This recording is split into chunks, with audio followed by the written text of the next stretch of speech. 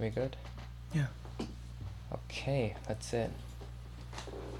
What's up, everybody? This is Wilfred Lee. Welcome to The Artist Journey. And today I'm here with a very special guest, the director of The View From Here, aka Mr. Kevin Lambert. How's it going? That's good. Good. Good. Yeah. Yeah. So yeah, we just started coming here right now. We're just getting everything ready for now. And we were just talking about a little bit before, you were doing the 48-hour film. Yeah. And I was doing it too. And just for people who don't really know about what the 48-hour film competition is, it's an international competition where everyone around the world can work on a film for 48 hours with teams, and they are limited to one character, prop, line of dialogue, and a genre, which they have to choose randomly. And for this year, for Korea, what was it? The character was Ji Young or Jin Young Che. Yeah, so essentially maybe Korean character. Yeah, office worker. Right. The line of dialogue was no one can ever. No one can ever persuade me to give up. Yeah. And then prop was light bulb. Light bulb. And my genre was detective cop. What did you guys get? Whoa, that's awesome. Yeah, we actually got silent film. Oh, that's a tough one, but I have to say I think I would have enjoyed it. Ours was pretty much a silent film, well, except we had a lot of voiceover. Did you? Yeah. I guess so, for like a detective kind of genre. Usually has that kind of absolutely backpoint stuff. Yeah. Usually, that's okay. It's work. Should I? Is it okay? He's got work. That's okay. You can go ahead and do what you got to do, and then I'll take everything here. Okay. Hi. So, just in case for people who don't really know, that coming up soon is all of the film showings for the 48 Film Festival, and if you go to 48-hour film, you can find a selection of all the different movies that are going to be happening, and as well, we're going to be showing them in Dongdaemun Mega Box, which is a really big place. It's going to be pretty cool, pretty sweet, pretty awesome. And hopefully everyone can come out, make it out, tell all your friends. How cool would it be to make a film with your friends, invite your friends over to Dongdaemun Mega Box, and then afterwards sit down and check it out and see everyone's stuff that they've been working on for all this past 48 hours. Busyness. Everyone's busy, right? Yeah. So I was just mentioning that, the screening is going to be coming up soon, right, at the Dongdaemun area. So that's going to be pretty cool. No, it should be a great one. Let's see. I guess this coming weekend, there's like almost 60 teams.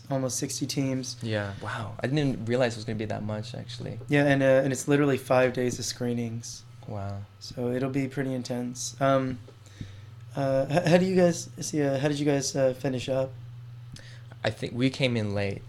Oh, right. We came in late. Yeah, a lot of people did. Yeah, so apparently there was a lot of people that came in late, not in time. But still, those films that didn't come in time, they're still able to be shown, right? Yeah. Screenings are still good. You still qualify for things like, best actor, best director, best special effects. Yes, so all hope is not lost. Yeah. It's just the big prize, the big money prize is the one that you're not... Or also competing for... We're representing Seoul in the Filmapalooza or whatever. Yeah, absolutely. So actually, you worked in 48 film competition before, right? I did the last one in 2010, and then there wasn't one in 2011, and then Joseph took it up in 2012. Mm-hmm. So how was your first time experience in 2010? What was that like? It was actually, honestly, like I look back on it and I think, because I met so many great people in that process that I feel like it was kind of like the beginning of sort of the Seoul sort of expat film scene. The pioneers. Yeah. And so like that's pretty much when I met everybody. But between 2010 and now, it's like a world of difference. Like everybody's got like a dozen productions under the belt. Like everybody's just so much more on their A game. And self-sufficient as well. Exactly. So we rolled into this one pretty solid, actually. That in 2 years of pretty much just making constant productions, that now that we had this one, we were pretty well organized. And even though there's still some, there's always going to be hiccups. Like, you roll into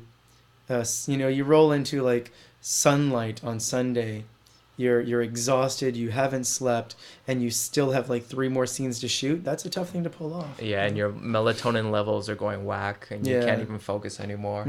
Pretty much. And they're asking for all your direction on what you to do next. Yeah. So, like you just mentioned, like your first time experience, you definitely learned a lot, met a lot of good people, and I guess with this year, you probably saw those people kind of doing what in different groups as well, and they kind of just structured off, or did you work with anybody from? Oh, from the 2010 one? Yeah. Well, the team I had for 2010 was pretty much based out of pretty much just like me and Edward Burgos, who also is releasing a film called A Cold Soul, Ananoski Productions and Erebus Productions. Represent. And Ed was my partner for 2010. Yeah. Joseph Kim, oddly enough, we talked to him that year, talked to Sonny that year. James Williams was on another team that year. Pretty much everybody that's in it, that's still here now, they were on those 2010 teams. And coming into this year, a lot of people were tied up in their own productions, so some people couldn't enter.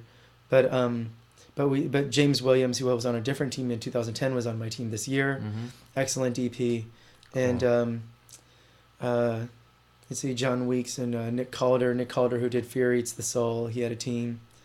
And whose team were you on? Were you on like Jenna Kim's? Jenna Kim. Oh, you were on Janet's team. Yeah, I was on Janet's right, team. yes, absolutely, yeah. Janet's awesome. We did the 10-minute plays together. Oh, did you really? Yeah, like the night of 10-minute plays for Soul Players. Oh, right on. Yeah, we were in the same play. Oh, the extras. So actually, that's interesting. With the theater community and the film community, are they closely linked, or do they have their own? They're starting to overlap a good. Yeah. I mean, it's like there's not really much, and there's not really a big overlap. Except actors, there's a lot of overlap, but Soul Players is branching out, and I guess it's not too early to say this, but talking about getting sort of a film branch of Soul Players where taking care of sort of like the video needs of current projects, but at the same time possibly considering future film projects for under sort of the Soul Players banner. So we'll see where that goes, and if it's even really necessarily feasible. But it's something that we're currently in discussions about. Awesome, yeah. So that would definitely be melding the theater and the film scene. Yeah, that would so integrate so well. And what's been so interesting, like you mentioned before, is how much the expat community really progressed and like really evolved. Well. At such short time. Yeah, and I also didn't want to leave out that Soul Shakespeare Company, Lindsay's been working on the Shakespeare film competitions, where she takes one scene, throws a bunch of teams at it, and see who wins. She's planning another one in February, another Soul Shakespeare Company competition, this one with bigger prizes, a bigger event altogether. So it should be exciting. Awesome. But as far as that idea, as far as the expat community coming together, this is the way I put it. It's like, in Korea right now, or in Korea in general, you pretty much have all the wayward. You have all of the English-speaking nations. You have everyone's wayward liberal arts majors coming here to get work. So what's happening is that in a city like Seoul, you have all of these, art majors, film majors, history majors, psychology majors, all the majors where you can't really get work. Those are the ones where we all come here and we end up teaching, but the good thing is that it leaves us room and the time and the money to do what we want. So at first it might seem like a rub, that like, oh, you're working here, not doing what you got your degree for. But I hate to say it, we're getting a lot more done because at least we get a solid paycheck and a lot of free time. Right. And especially because of that paycheck, you can actually keep on continuing. Yeah, absolutely. It's like, we don't get sabbaticals, but I have to say I don't complain. Yeah, usually coming here to teach first is kind of like the initiation right in order to do what you really want to do. Pretty like much. You come here, as a teacher, you get really good benefits, depending where you are, but overall basically the same thing. Most likely you end up getting free housing of some sort. Yeah. People can help you out in that way, or something else like just private teaching. I don't know if that's legal, but legal, illegal, everything's just kind of legal, schmillegal, whatever you want, guys. Yeah. So, just to talk about a little bit more about some things that we mentioned about all the communities going in together, and where do you see the direction of the expat community and the film all the film productions, where do you see that future evolving towards? Oh man. Do you think it would be able to slowly progress to a point where we're able to see it maybe on Korean television, or, you know? Well, I mean, that's a tough one because I think, once again, it's how the industry works. And I don't know Korean TV very well, but from what I understand, it's a bit insular. Yeah. So, I mean, even within the Korean production, if you're like, if you didn't start off delivering coffee, you're not working your way up. That you literally have to work your way up the ladder. Absolutely. So no, I guess I don't see us going that route, but I do see a lot of the filmmakers coming out of this community being very productive in their own right, as far as whether it be in film or video or whatever it is they sought out. Like, just because the learning curve is exponentially faster, because we're all making stuff and we're making a lot of it. Right. So I see people progressing. I mean, like myself, me and Ed picked up DSLR cameras for the first time ever in 2010 for the 48-hour film festival. Before that, I had just been, shooting on video cameras for the longest time, and since then, like, I've done documentary productions, narrative productions, pretty much commercial productions, everything under the sun, working with DSLRs, broadcast cameras, cinema cameras, and that within the last couple of years, my exposure just to pretty much every aspect of film, like whether it be the technical side of film, whether it be for audio or video. Anyway, the learning curve is pretty. Learning curve happens fast, so that's good. Yeah. So I see everybody. Long story short, I see everybody getting there. Yeah. A hell of a lot faster than they would back home, especially if they were looking for a job or, stuck living at the parents' house or something like that. Right, and it's like basically that proactive approach, and where you're so like you mentioned before, you're exposed to so much diverse ways of filming. It's kind of like usually when I'm doing art and stuff, and if you usually do a nice piece of art, usually a comment you usually get is like, dude, what pencil did you use? Yeah. You're like, okay, it was this pencil and stuff. But I guess it doesn't really matter what form. Maybe the expression will come out slightly different, maybe in terms of a particular aesthetic from that medium. But essentially, there's that one overall thing that connects them, either despite the camera or the technical aspect, right? Well, yes. I mean, like, I think that's a good argument, like, because I think, like, those are two really strong parallels. And the argument can be said that you can shoot anything on anything, and I agree. But but once again, different cameras and different any changes in the tools you use do make a significant difference in what you create. Let's say, once again, if you're trying to do a very fine drawing with a crayon, I mean, you can imagine that's gonna be a bit of a task. Right. It's one thing to say a pencil versus a pencil, because ultimately pencils are pretty much the same, but between a lot of cameras, it really is like saying, all right, here's a dull crayon and a really sharp pencil. And I think at that point, that would be some of the difference. I mean, that could be for the cameras, that could also be for sound equipment. All of these things have varying margins of error. That even if you're just doing sound, even with microphones, some microphones give you a lot larger room for error, whereas other microphones are, you have to watch your P's and Q's to make them work right. And I think that's with any technical medium. You can use anything and make it look great, but you have to know how to use it. You have to know how to use it well. Do you think the DSLRs have really helped improve in terms of helping out making films? Oh, absolutely. Especially in this community as well, because it's like it's really versatile in a way where you can still take pictures and make videos that are of decent quality and really improve what you want to do. Well, I think what happened is that before, when you had video cameras, and video cameras are great, but for the most part, you still had this sort of gap in, I guess, they still weren't quite equivocal to film cameras. But nowadays, the cameras that we can buy for a couple of grand are almost as good, if not better, than film in some situations. Like the GH2, Panasonic GH2, they put it up against all these fancy film cameras, And Francis Ford Coppola himself said that he preferred the image out of this, like $700 camera than he did out of the $100 Arri Alexa, which is effectively digital film. Mm-hmm. So the equipment we have now puts us on par with anybody else. It's now a matter of knowing how to use it and how to tell the right story with it. Right. So in that case, it goes back to the original argument. But previously, with the older cameras, that you were fighting an uphill battle, whereas now you really do have the tools to compete. Mm-hmm. So. It's kind of really interesting though. Like it's how much the visual result of it really affects the kind of like the outlook or the tone of the film and stuff like that. It's kind of like I really kind of miss Polaroid cameras or disposable cameras like by Kodak and.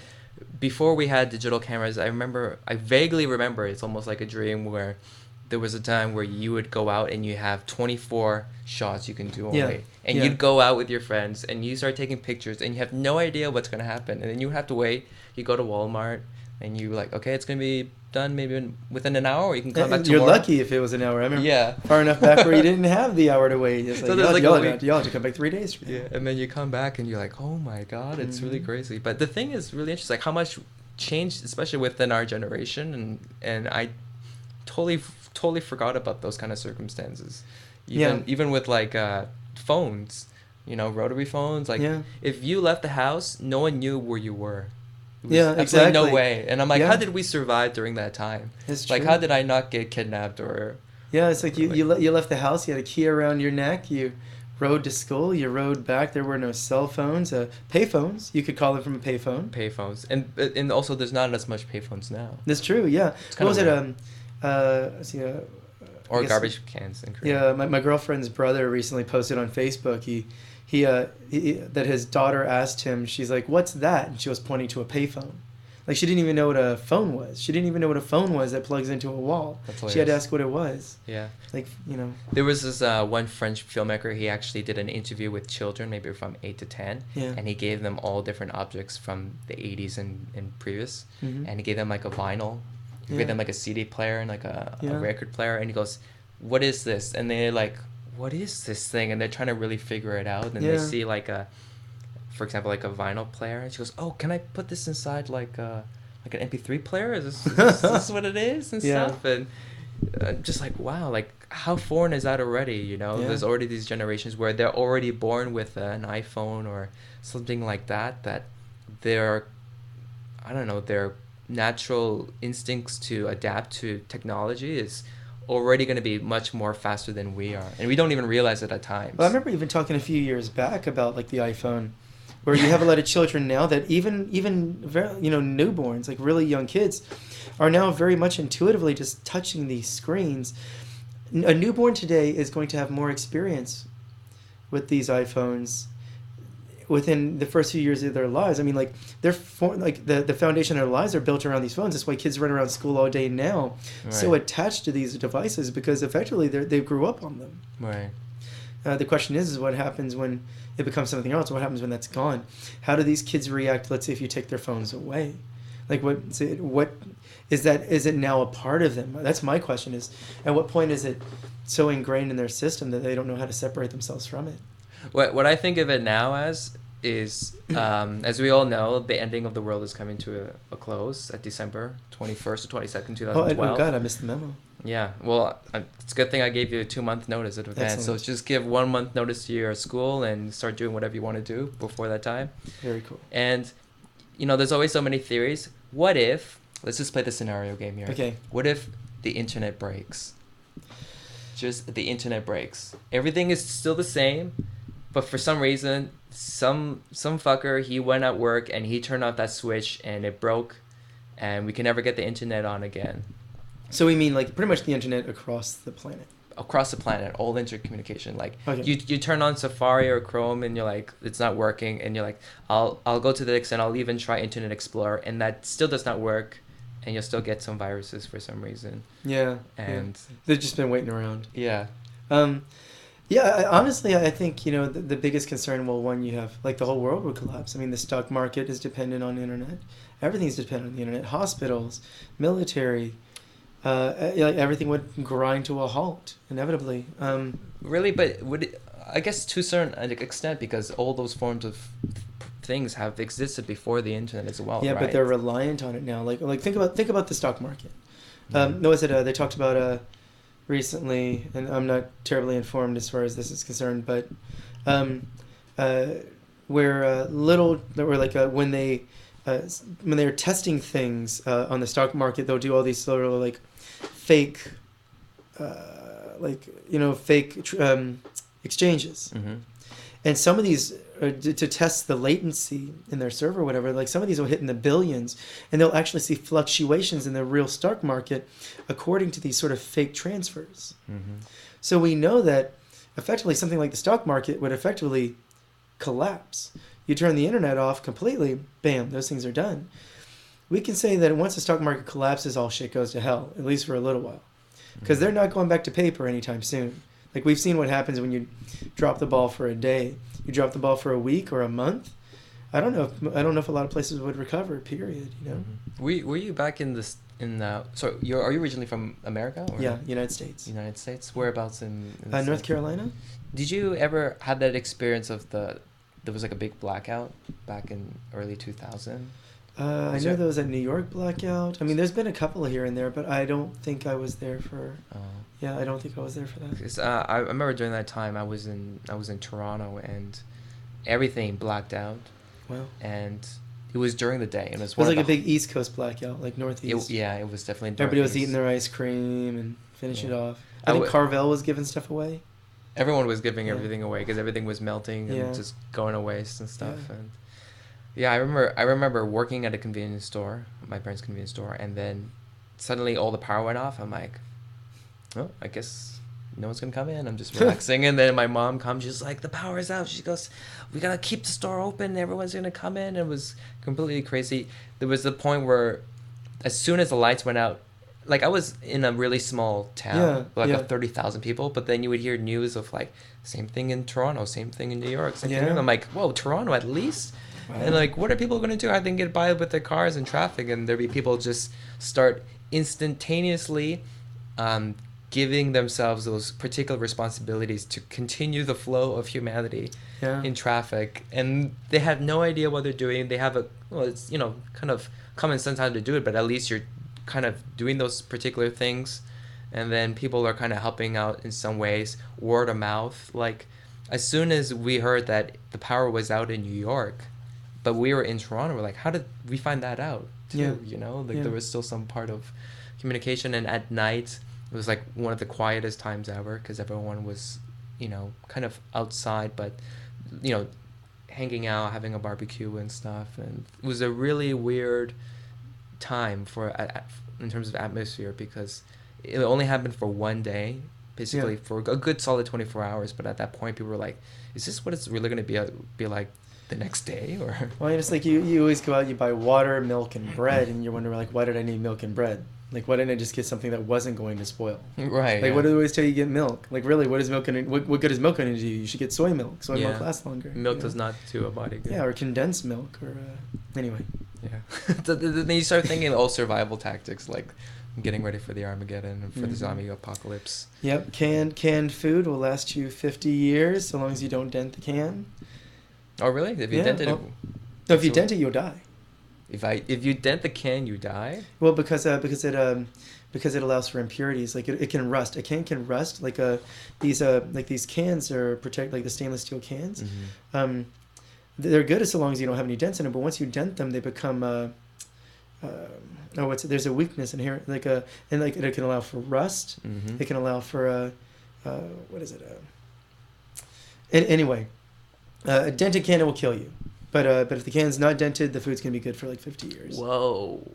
Yeah, I had no idea. Yeah, that's kind of scary. Yeah, interesting.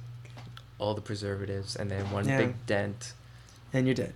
And you're dead. You just lead poisoning or something like that. Lead poisoning and Heinz beans, refried beans. You're just eating that out of a can. Mm-hmm. You didn't even microwave that. You just ate it. Yeah. Craziness. Yeah, we don't even know what we're putting in our bodies as far as like microwave food. Or just do you ever believe, like, for example, like cell phone waves can affect tumors or anything like that? No. I mean, I think it makes a lot of sense. I think it is. Yeah, no, I think it makes perfect sense that yeah, cell phones. I mean, it's radiation. I mean, it's inevitably going to affect us. I had a friend telling me that if you look at it, there's like you can look at I guess like whatever like sonograms or something that does the heat thing, and you can actually see sort of like residual radiation in parts of your body where you keep your cell phone. Right. So like if you keep it in your pants pocket and it's that close to your testicles, there's always gonna be that residual radiation hiding around there. Yeah, you're gonna have baby Hulks. Yeah, you're gonna have pretty like much, Hulk pretty sperm. much. Yeah. It's gonna be crazy. But yeah, that's that. Anyways, we went on a bit of a tangent there, but Oh, it's okay. I just want to talk a little bit about your film. You're currently in the editing process right now. I am, in fact. Yeah, I'm a little lost of sleep because of it. Like last night, I was editing till 3-4 in the morning, and then still had to work full time today. Oh wow! But yeah, no, it's coming along. I really think I'm like, this week I finished editing. Mm-hmm. Almost there. Just got to slap 2 more scenes on it. It goes to the audio master, and then once the audio guy works his way through it, we just finishing touches, a few more of the scored tracks by the composer, and then from there it's on to the internet. It's being released to the public for free. I'm gonna put it up on torrents. I've already been reaching out to places like Reddit and Facebook and all the above, and the idea is just simply getting it to people that want to see it. So I'm gonna get it up on torrents, any number of torrent sites that are willing to host it, upload it, share it. Facebook, Vimeo, YouTube, wherever it could possibly go, preferably with subtitles because it's going to be in Korean and English. The idea is that even though the film was supposed to be short, like 12 minutes short, it's actually going to be pushing more closer to than an hour. Whoa, that's awesome. But the idea is that the way I figured is that we're fundraising to shoot it again. We're actually shooting it again. Reshooting it? Reshooting the whole damn thing. Wow. So the point of that is simply, we entered this one knowing it was just going to be a test run. Okay, so it became a little more than a test run, but that was never intentional. We shot 1 hour and 5 minutes in the mind frame of shooting 12 minutes, and it's not just a matter of shooting and slapping it together. Like this is actually, honestly, it's like this is actually this is what it should be. An hour, right around an hour. This is what it's supposed to be. We're gonna hit crowdfunding once this is out and once people see it. The idea is to make it personal, have people host parties and screenings, invite your friends over, screen the movie, and leave a computer on to the Indiegogo page. And if people want to donate, they can. If they don't have to. If they want to help and they don't want to give money, then simply host another party. Screen it, show it to your friends, get other people to watch it. Like even if that's enough, you know. I really believe using this method will meet our funding goal to move on and shoot this thing again, add new scenes. If we have an hour now, we'll have 2 hours come the reshoot. It'll be that much tighter, that much better. We'll have worked out all the kinks because we'll have already done it once. Like there's so much that we can work through and improve and make better. Like I think to truly be competitive, especially in a professional film world, we don't get the same benefits of other films. We don't get test screenings. We don't get, focus groups. We don't, not that we really need those, but we don't get all of these things that might make these stories better. Right. And in the end, I think it'll be nice to get that opportunity. So that's the idea. Shoot it, screen it, and even for a lot of these parties, I'm saying right now that people who host parties of 4 or more personally call in and do a Q&A. More or less, to give people more information about the film, but also for me to get feedback on how we reshoot it, on what are people getting, what do they understand, how do they understand it, and how can we make it better? How can we really incorporate all of this, and incorporate all of these ideas, and make this the best story it can be? Like it carries a lot of very, let's say, what I feel are somewhat universal themes and also very modern themes that I think if we reach the right people now, we can reach so many more people later by doing it again and doing it better. Wow. So what you mentioned earlier before was Originally, it was supposed to be roughly 12 minutes long. Well, I wrote the feature screenplay first. So it's originally supposed to be a feature, but in the course of writing the feature, this was over the course of a year. We were supposed to shoot last winter, but because of delays and complications with other people's schedules, like Ed Burgos, he was starting on A Cold Soul, that I decided to push it back a year. Well, that was a boon. It was a blessing in disguise because it gave me a whole year to work on it. We had already scheduled to shoot the short in the summer and then shoot the feature in the winter. Shoot the short in the summer, finish it, screen it, get feedback, get funding, shoot the feature in the winter. Well, the short became a feature on its own, and we're still going to be screening it. We're still going to be funding. We're still going to be shooting again. There is the possibility that depending on the feedback, if the feedback's like, wow, this is really awesome, you don't need to change it, then chances are we'll just be taking all of those scenes that we never used and filming those and just working that back into the feature, you know? Because there's so much of the story that's just not there yet. But yeah, we started with the short. We started with the feature, shot the short, a year of rehearsals, a year of developing these characters, and now this is where it's going to come to fruition. You know, the cold, wintry sort of, and the breakdown of a relationship in that. So we'll see where it goes. That's amazing. That's awesome. So how? Because what's really great about that is just your take on it, and in terms of exposing everything at the end, and not necessarily that being the last point of this project or this idea, this development, and then keep refining it to make it better, to have it more fully realized. And how did it start to evolve during that process from just starting as a short to a full feature? Although you already attended it, right, with the script and stuff, but so the original plan was just doing this amount of time, but then gradually it started going a lot bigger and bigger. Well, it started as, we had the feature, so we were always rehearsing for the feature. And that's why it's so long now, because we were actually rehearsing for the feature and then and then cutting the script down to 12 minutes, literally just a 12-page script, very concise, very methodical. But when we ended up shooting it, we were like, well, we'll clip out what we need out of the feature, but then we see all this great material that we didn't want to take out. We're like, fuck it, let's just keep it. Because it's already there. Like, everything we had worked for in all of our rehearsals is already there.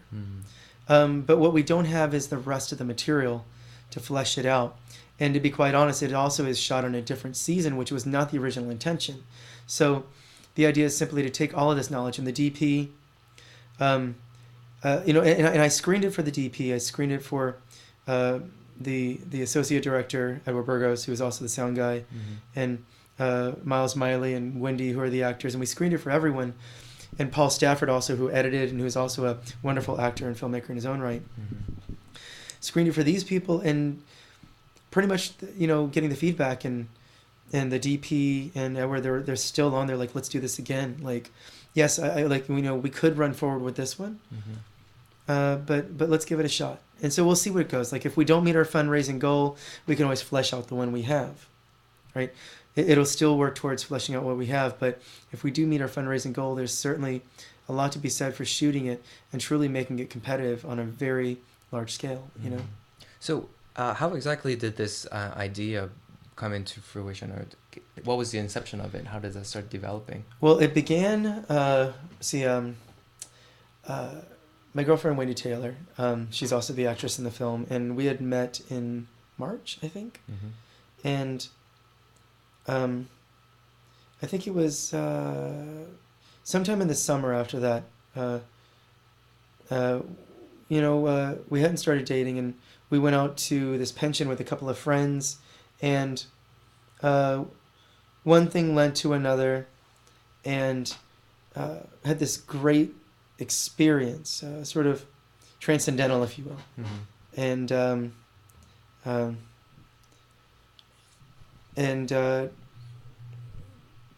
so many things since then I feel are what's the word, providential, not clandestine, what's the word, Profound? Not coincidental, it is Fatalistic? Oh man, I need a dictionary. Kismet?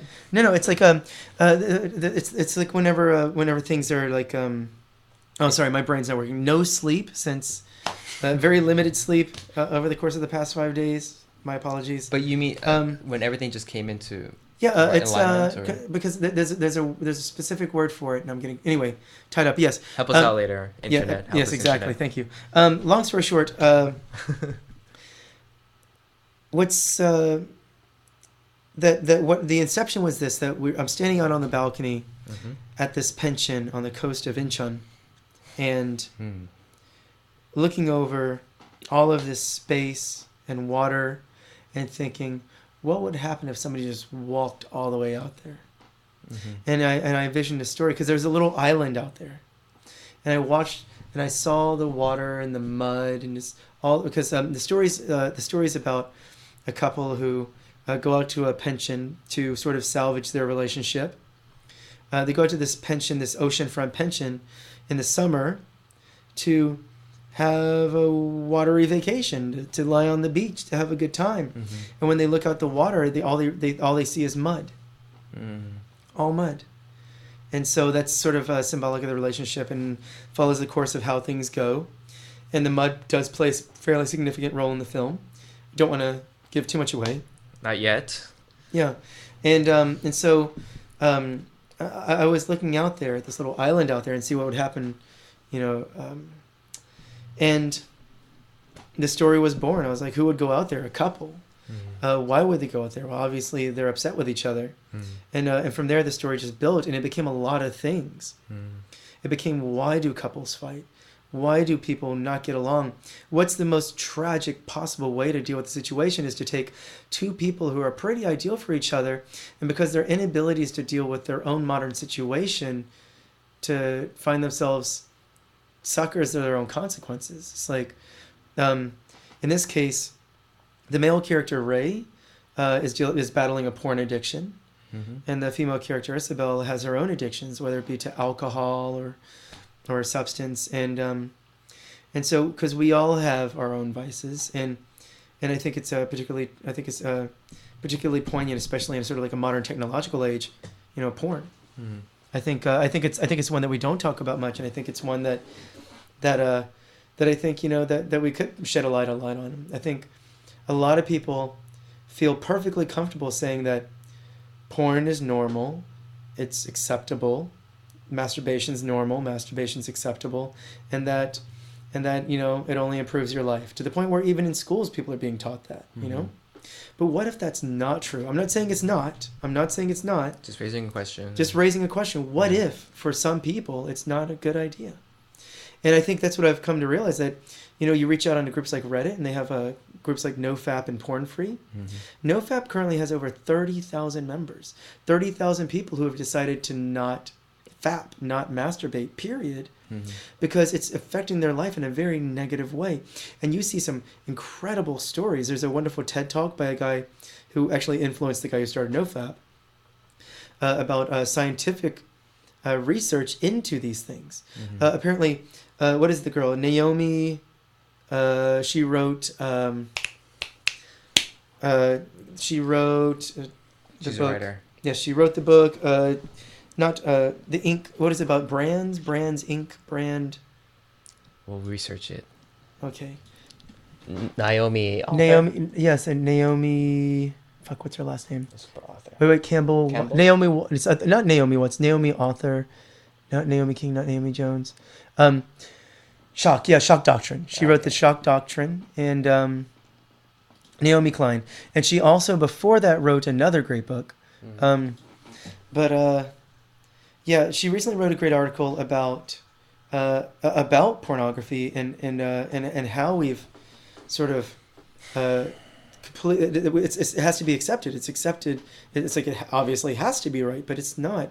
And there's a lot of research now coming to light that show maybe it is a horribly negative thing. Like, if pornography and masturbation were as common in like 100 years ago as they are now, would we have even gotten 1984? Would we have gotten half of the great works that we have now?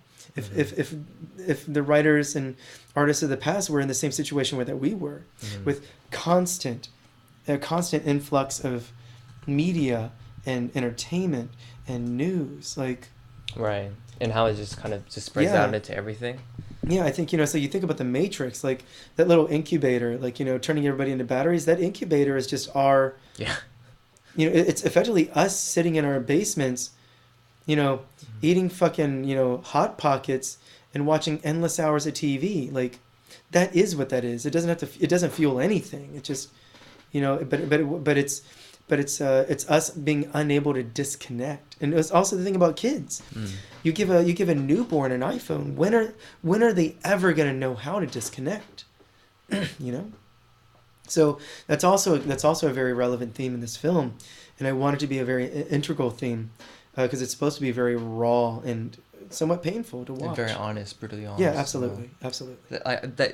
Just mentioning about that whole idea about porn, you're absolutely right. There's not a lot of movies that kind of deal with it, and one of my first time exposures to Michael Fassbender was with the movie Shame. Yeah. And I watched, I was like, wow, that was such a really amazing story with its raw truthfulness through the perspective of a man just addicted to porno. And as ridiculous as it may sound, just the story being what it is, and even with the soundtrack, which was really amazing, and just sheds light on how it really does integrate into men's daily lives, and how it affects just us with relationships, even with family members, or with just significant others, or just strangers, and what we all want from other people and stuff like that. Yeah. And just the thing I brought up here, by the way, if you want to check out what Kevin was mentioning about, you can type in Naomi Klein, and she has a book called The Shock Doctrine. And she recently wrote an article about pornography. So that I don't think that's actually in the Shock Doctrine, but it's a recent article. And if you Google Naomi Klein pornography, chances are it'll come up. Awesome. Yeah. So the another link I wanted to show you here was just, I remember I was listening about it, was Maslow's hierarchy of needs, and I think one of the most first three things that we need is physiological, such as breathing, food, water, sex, which is actually one of the main basic needs that we have. And I was thinking, that's kind of interesting, because you would think it would just be food, water, and shelter. Yeah. But sex is such an integral part of it. Yeah. In fact, shelter is a second consideration after sex. Yeah. Like we're like, it's like, well, it's like, well, if you're having sex, I'll stand out in the rain. Mm-hmm. But no, it's true. And the way pornography works is that it reaches you in the same way that drugs reach you. That it affects your dopamine levels. It affects you chemically, biochemically. That you're feeding yourself and you're giving yourself a constant trigger. Mm-hmm. It's a constant trigger. Your body wells up a need. And you're like, oh, I feel that need. Mm-hmm. I should satiate it, and you do. So you're still creating the same cycle that you would with, let's say, cigarettes or booze, or cocaine, or heroin, or horse tranquilizers, whatever. So in this sense, pornography and it's sort of and masturbation, I do believe, is tied in there. I do think the two go hand in hand. Mm-hmm. Not to say you can't have one or the other in a healthy way. I'm just saying there's probably a lot of people who can't. Absolutely. So the idea simply is to pose that in the most realistic and thoughtful fashion, and answer a basic question, like, are we really addressing these what I feel is a fairly modern issue that a lot of people are kind of not really talking about, or not really giving a lot of thought. Yeah, absolutely. That's crazy. Just with that, starting to get that feeling now where, because the exposure is so free, where back in the day it was very limited and it was very hard to find porno. Yeah. You hear a lot of stories about guys finding porno in the woods. Yeah. Because there would always be one person going there, dropping it off. Yeah. In secrecy, and some kids go up there and they open it up. They go, dude, it's all feed in here. Exactly. Or just or the joke on Louis, the guy that draws his own comics and masturbates to them. Yeah. It was that because he had it in his wallet, and Louis is like, "What is this? What's this?" It's pretty funny. It's like it's like a children's drawing. It's like an 8-year-old's drawing. Imagine if that was enough to turn you on. That's all you needed, Well, right? that's what he said it is. Like, that's Yeah. what he uses. He's like, That would be I've been doing amazing. this since I was a kid. Oh my god! You know, for myself, I studied in animation, Yeah. so I remember the times when I used to stay there. It was like 48-hour competition was my animation life basically. Wow. Like you have a desk, which was nice. You put everything you want. You put some toys, books, whatever. Sooner or later, you're going to put it in a sleeping bag. Soon enough, someone brings a microwave, and then Yeah. people start bringing couches, and then Yeah. you're basically just squatting there inside the school premises, Yeah. and just to make a 30-second piece of animation Yeah. took at least a month, right? Wow. Just for us to study and just to make it to a nice, Yeah. credible level. And then every time I watch an animation, I'm like, wow, that was amazing. Like Cowboy Bebop, you guys fucking rule. Or just seeing Yeah. some Akira thing, I'm like, Bringing all of blows that my together. mind. And then up to the point where if I ever try to watch like a hentai porn, I'm just like, I can't watch this right now. Like, there's no way I can see this. I just Yeah. see a bunch of guys just like really like just working on it. So it's like Yeah, exactly. in betweens and layers and stuff. I'm like, no way, I can't. It's just like, it's like right now, all I can envision is 6 guys drawing a vagina. And there's just something not quite the same. Yeah, actually, and they're like talking with each other. Yeah, I think you need more hair on the side or something. Or just like a structure, like how it's moving or quivering Yeah. is not accurate. So the tentacle is not quite embracing the why are there 8? I said 9. 9 tentacles. 9 Damn tentacles. you! Damn you! Yeah, that's great. But that's so funny though, because after a while, you start looking at it completely different. You know, you're not Yeah. even you're looking at through lines and concepts and stuff. Yeah. And maybe to those people, I wonder if they are the actual guys who can turn themselves on by making their own porno, their own hentai, or they just can't do it Possibly so. anymore. It's like Yeah. you work at McDonald's and you're like, fuck, I don't want to eat McDonald's anymore. This is just work. This is just work, boobs. Yeah. Yeah. And then some guy comes with like that prehistoric cave painting picture of a boobs, and the guy's Exactly. like, that's amazing. You know, that will be found one of these days. The first cave painting of like pornography, and chances are that's exactly what it's gonna be. It's gonna be boobs. It'll be like, it's fertility. No, that's just porn. Absolutely. Like, oh, it's fertility. It's a fertility god. No, these people are just like, oh, you see what I made? Wah, wah. Exactly. But you know what's really interesting too is all forms of classical art, or just even beyond that, was just the use of the body and showing Yeah. these stories, and many people were naked in it and stuff. That it was it's really highly erotic, actually. Yeah, absolutely. But it was also to promote, you know, stories from the Bible, or like scenes or passages from churches and stuff.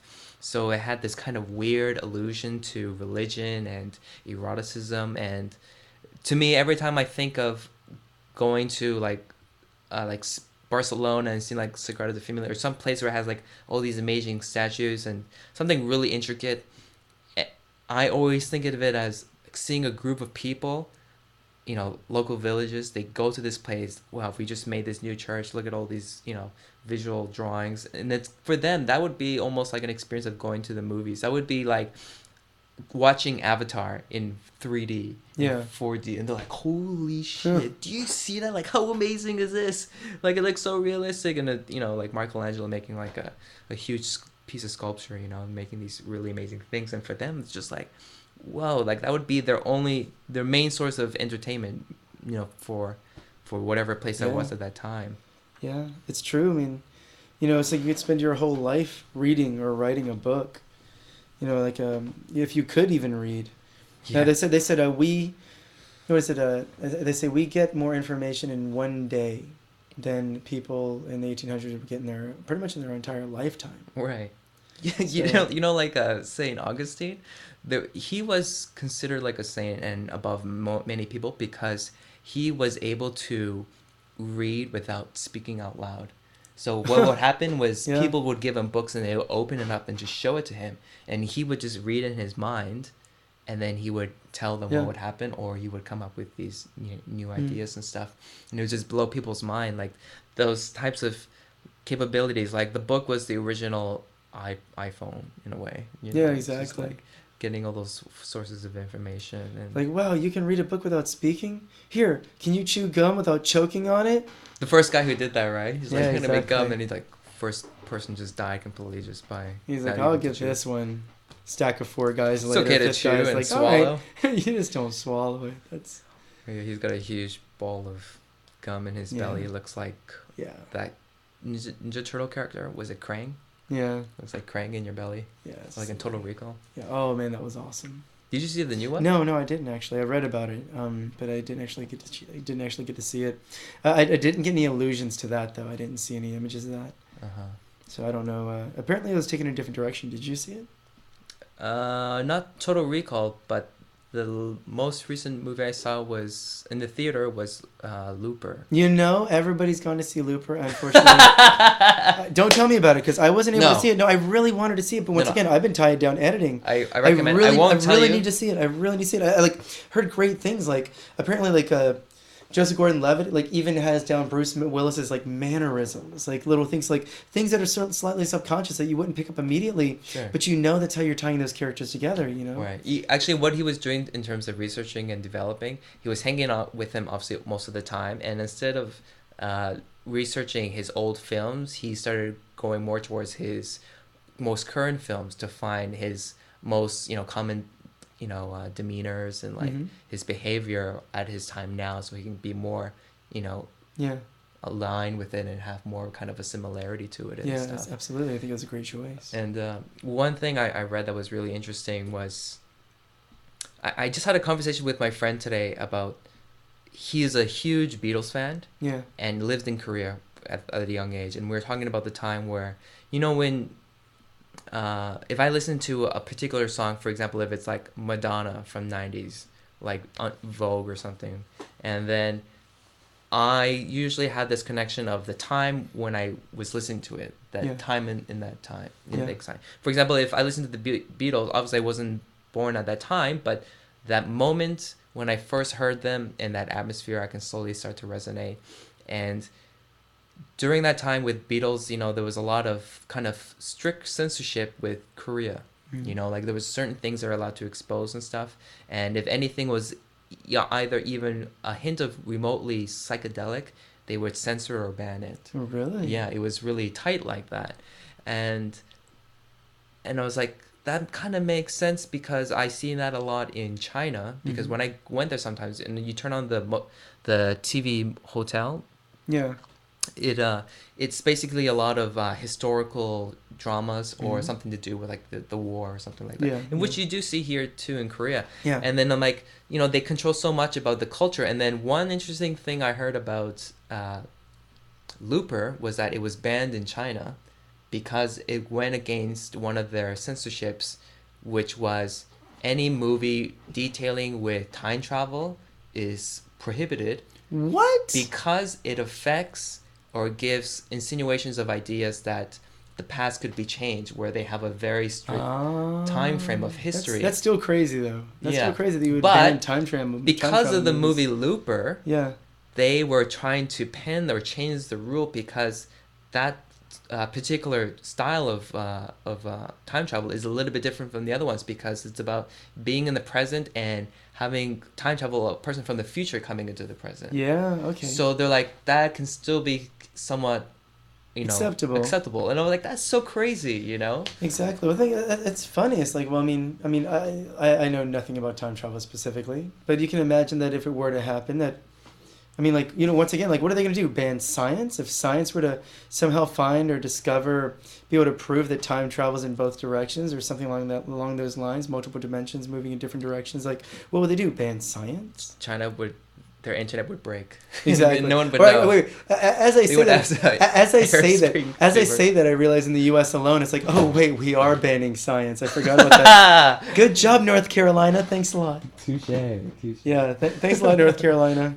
Yeah, we ban so many things and we let so many other things. Science. If you don't write it down, it's not science. It's not true. Pretty much. Yeah, that's so crazy now. And then the thing now is with culture. For example, if you watch TV shows... If I can't see it, touch it, eat it, or pray to it, it ain't real. Or like, I believe in the stars. Never felt them. How can you explain that? Yeah. It's like a Bill O'Reilly kind of conundrum on that.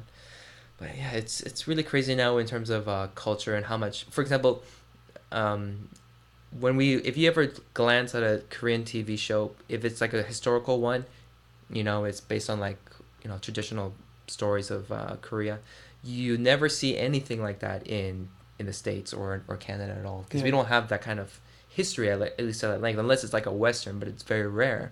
Yeah. And so now these days, the stuff that you see in media in North America is mostly about commenting about our current culture right now. Yeah, absolutely. As soon as something happens in our culture, we immediately just talk about it right there. But we don't have a sense of like a past history that we want to kind of bring up to attention to a lot of people. Whereas, in Southeast Asia or maybe even India, who knows, they have those kind of stories where they can just kind of go back and get something and show it back to people. So I guess what I'm trying to say is, do you feel now that the stuff that you're doing, what kind of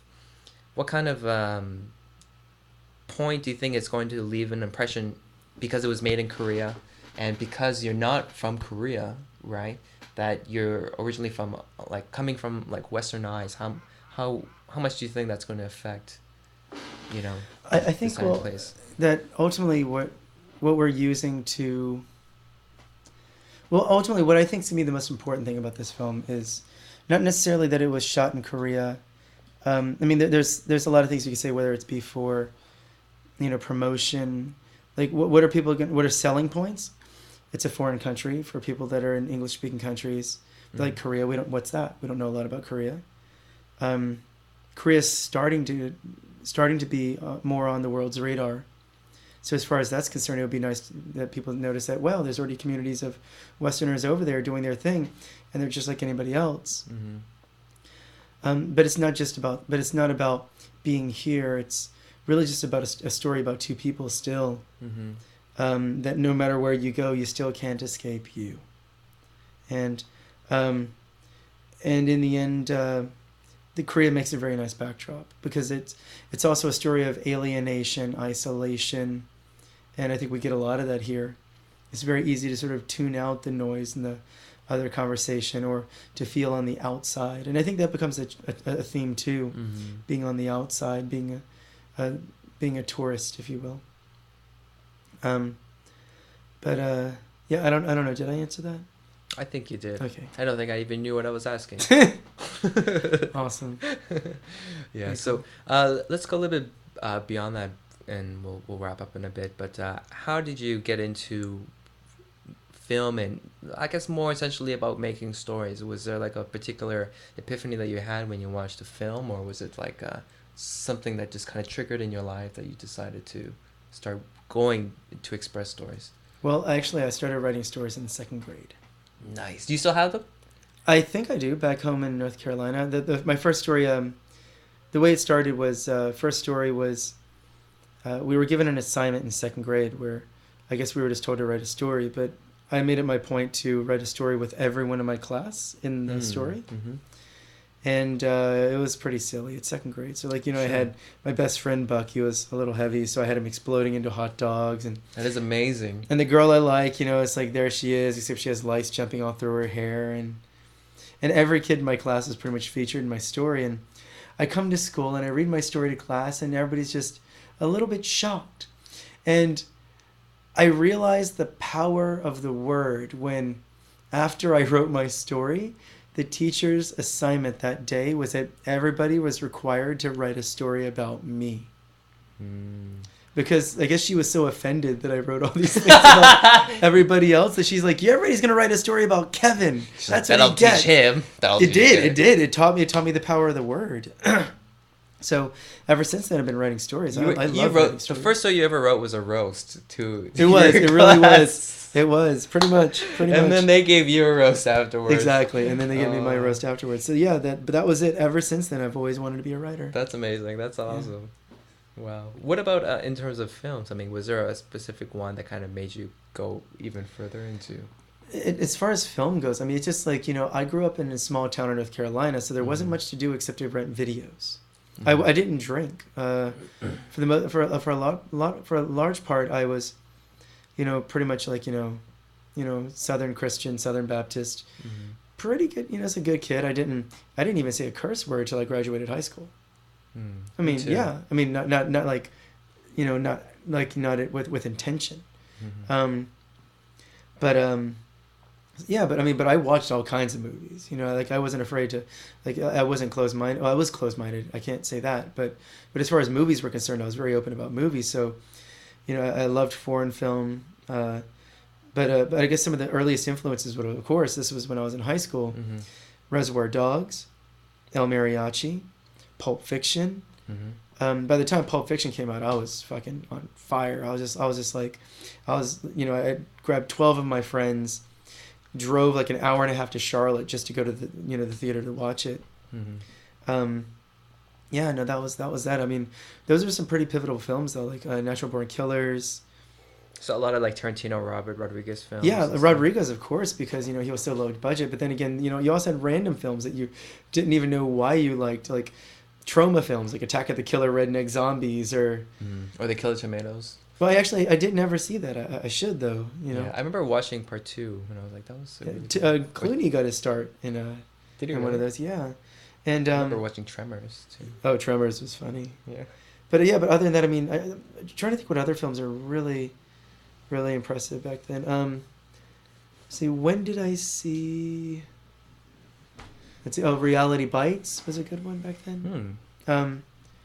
Yeah, no, it's just like you had this small sort of like burgeoning independent film scene in the U.S. that actually was starting to gain some ground, not like the 70s or 80s, which still sort of feigned like, you know, sort of studio reliability, but I felt like, you know, well, by the time I was watching it, like Jarmusch films, yeah, Jim Jarmusch, right. Hal Hartley, you know, picking up the book How to Make a Feature Film on a Used Car Budget, that introduced me to guys like Wayne Wang, and so. Yeah, so you see all these great filmmakers, John Jost, a lot of these guys who were able to make films with very little, and I was like, that's what I want to do. And then when you started producing your first film, what was that and how was that like? Like first small film, like my first film in university was actually my first film in high school. It was just like, you know, it was an assignment for school, just the Scarlet Letter. Right. But then in college, I, you know, being in a film school, you know, made my first real production, and that was more or less just like two girls carrying on a dialogue, not to each other, but sort of to themselves, and it was just like a 45-minute stretch where one person walked this route, and then crossed the other one and took their path, and then the two of them eventually met up, and just it was very sort of like. Just movement based, and even though I loved it and I still love it to this day, I still think you know it's so fun to watch just for me personally. But I remember when I screened it at school, one of my film professors walked up to my roommate and he said, "You need to teach your friend how to edit." Really? And it's another one of those little moments where you're like, maybe I'm actually doing something right. If I'm at least getting somebody's goat, you know, you're doing something. You know. And then the teacher's assignment for everyone was everyone has to edit his film. Pretty, it should be. It should be. But I mean, you know, to his, you know, that eventually, you know, it's like he actually did end up writing he actually ended up writing my recommendation for Cal Arts. Oh wow, that's great. Yeah, so that was quite nice of him. So cool. So now when you know, I mean, you already talked about the inception of the View from Here, what you're working on. How often? What is the usual? I guess I don't know if it's really a process, but how do ideas start to resonate and you start building them up to make a story? Like, do you actually have to sit down and work on it, or do you just kind of go around and something happens? Well, we had a very interesting process. I mean, I was actually basing my entire idea around like Mike Leigh and the way he makes films. Mike Leigh usually starts from scratch, from nothing, with just the actors that he knows he's going to work with, and he starts formulating these ideas from the ether, and it starts with a character and becomes a scene, and the scene becomes dialogue, and it becomes another scene, and he fleshes out the entire story this way until it's very finite and it's precise. Mine wasn't nearly as precise, that was my intention, but the idea is that I wanted a fully fledged script, so I had a very strong backbone for how my story would work. But I knew the dialogue wasn't going to be strong enough in its own right to truly be natural. So over the course of a year, it's been about really rehearsing it until the actors really kind of internalize the characters, and Right. and that's why I do think that Wendy and Miles did an amazing job with these characters and making them so relatable and likable, because on paper they're not likable at all. Mm-hmm. Like, that was our first concern, is why are people going to like these characters? But I think they did a wonderful job making them just relatable and very, very, very human. Very cool. Yeah. Well, I guess we should wrap up soon because it's getting kind of late. But yeah, I just want to say thanks for coming out. That was really interesting. I had a really, really good I time. appreciate it. I appreciate it. Thanks for having me over. Absolutely. And before we even finish, I mean, let's just let people know anything that you wanted to know. Let's get this word out and get people checking this stuff out. So what's gonna happen is this week I'm planning on finishing the film, and the trailer's already online. Please check out the trailer. Yes. You can get the trailer on Vimeo. It should be the View From Here trailer. If you find that on Vimeo, or you can go to facebook.com. It's all mud out there, and those will take you to the trailer. The film will be online probably in a week or two.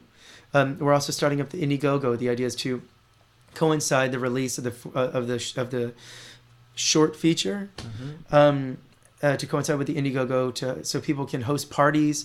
Leave Indiegogo up. If people donate, they donate. If they don't, they don't. But at the very least, just screen more and get the word out there. Share it. And it's going to be 30 days long, but the idea is that you can download the film from anywhere to anywhere. Show it to anyone. I don't care. Creative Commons. If you tweak it, adapt it, just give credit where credit's due. And yeah, and that's that. And the idea is simply, I just want a chance to do it again. I just want another shot at getting this right. Mm-hmm. So that's what we're going for. Very cool. So everyone, listen up. So we're going to start making some events, and we're going to start showing this stuff around. Let's just spread the word. And also, like he mentioned, check out the Facebook link. Also, on Artist Journey page, I'm also going to be sending the link as well. So you guys can get a different link in case you can't find it for whatever reason, but you should be able to.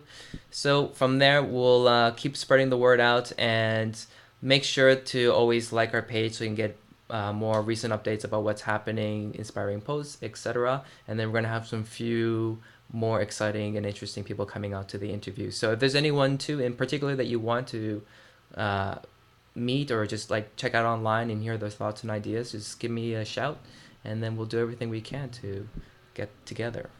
So that's all from us. Again, thanks a lot, Kev. I really appreciate it. You're welcome. And you guys have a good night, and we'll see you next time. Artist Journey. Hey, Bye. peace. This hand.